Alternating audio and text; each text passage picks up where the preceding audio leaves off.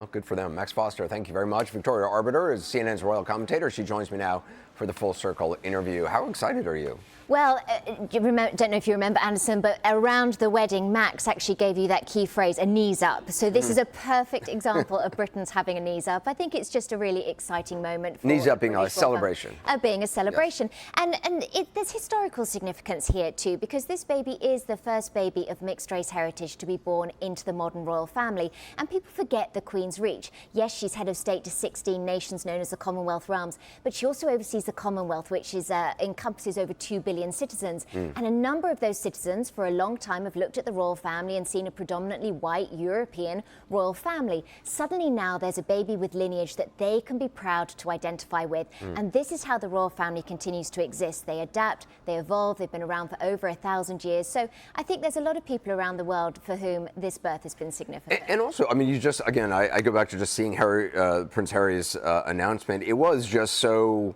human, you know? It wasn't sort of a stuffy, formal announcement. And that's why people love Prince Harry. We hadn't actually been told he was even going to speak to any of the media today, so that was completely spontaneous, off the cuff. I think Harry was just on cloud nine and wanted to share it with everyone. So the fact that he came out, yes, we'd had the formal official announcement, but to hear it in Harry's own words, clearly so elated and excited, he even thanked the horses in the stables behind him. That's how joyful he was. So it was lovely to really get to witness that. Yeah, I mean, obviously, you know, so many people have seen him in terrible times. It's so nice to see this new chapter of his life.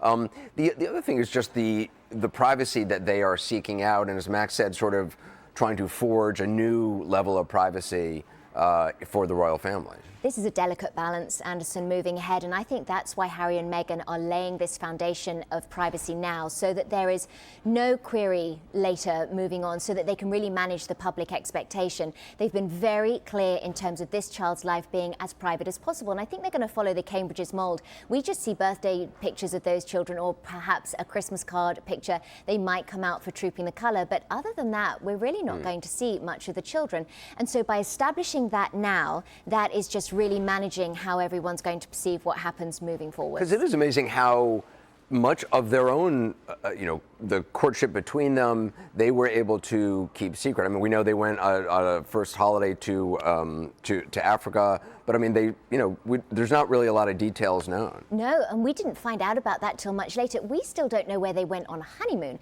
We don't know the name of the dog that they got together. So this is how good these two They haven't are. announced the name of the dog. They haven't announced the name of the Good dog. for them. So these two, not only are they very good at keeping secrets, but they're clearly surrounded by a very loyal pack of friends. Or they might just not be good at naming maybe things. that Maybe too. they just don't have a name for the dog. It's still dog.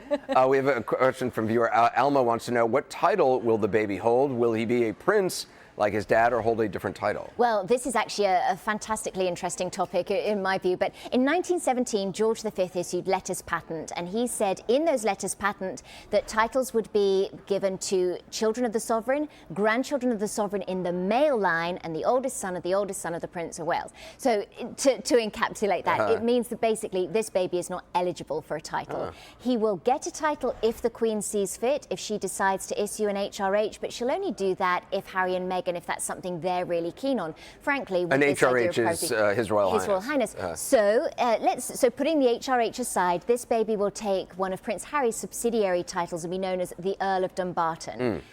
He will be Lord, first name Mountbatten-Windsor. If the princely title is given, we'll find that out at the name when the name is issued, but I think it's unlikely. The Queen follows tradition. She thinks that any rules set by her predecessors were put there for a reason. One of my cameramen, Neil Halsworth, when he was in Baghdad, when I think night that alcohol may have been involved, he bought himself a lordship online. Fantastic. Is that something this child, I mean, if he can't get an HRH the real way, he could always just buy one online. Yeah, or you just ask Granny or Gan. You know, I mean, I think Prince Harry has probably done several things in a drunken moment, but no, he's quite fortunate the titles tend to pass down. So definitely a lord for the time being, but we'll soon find out about a prince. All right, and names, I mean, do we know?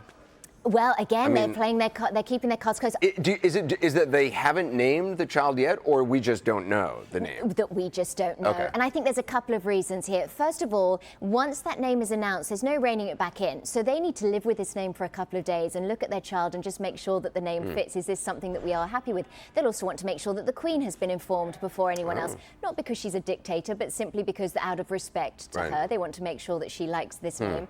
But I also think that we're going to see a very strong name that works on both sides of the pond. So as an example, Alexander Hamilton, one of the US's founding fathers, a deeply well-respected man.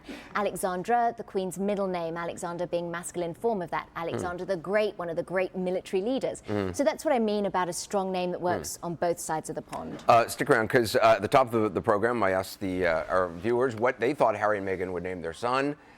As we've talked about, hotly debated in the UK. The top 3 names amongst odd makers supposedly are Albert, Philip, and Arthur. 16% of you said Albert, 45% of you said Philip, 39% of you said Arthur. Well, I think Philip's there as the sentimental favourite because, of course, this baby is Prince Philip's 8th great-grandchild. We see Elizabeth recur in almost every single little girl's name that's born into the royal family, but we don't see much of a tribute to Prince Philip. The man is incredible. He'll be 98 this year, so it'd be a nice tribute to him. Albert was the name, of course, of Victoria's husband. That's right, and Victoria. also Diana's paternal grandfather was named Albert, so it would be a nice nod to Harry's mother, because of course she's not here to share in this. And interestingly, when we got the birth announcement, when they said that members of the family had been told, Harry included the Spencer family in that announcement. Oh, really? We haven't seen that before, so it's nice to see that he's really keeping his mother's family close. So fascinating. Victoria Arbiter, your wealth of knowledge on this is incredible. Thank you very much. Want to move? And I had such fun with you last year. It's nice to be reunited. We were at the wedding. I mean, we were covering we were the at the wedding, yeah. I know. All right, let's move on to the goods. One last story that hopefully leaves you feeling